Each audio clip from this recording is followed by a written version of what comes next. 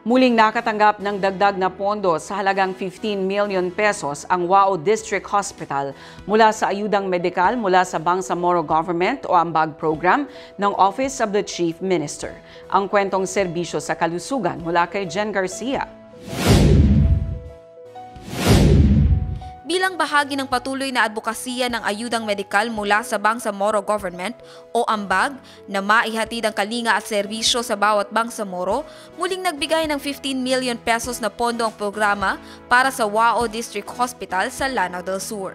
Ang nasabing pondo ay nakalaan upang tulungan ang mga pasyenteng walang kakayahang magbayad ng hospital bill.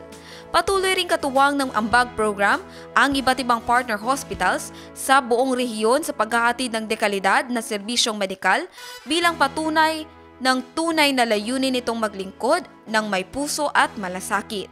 Ang AMBAG ay kabilang sa flagship programs ng Office of the Chief Minister. Jen Garcia, iMinds, Philippines.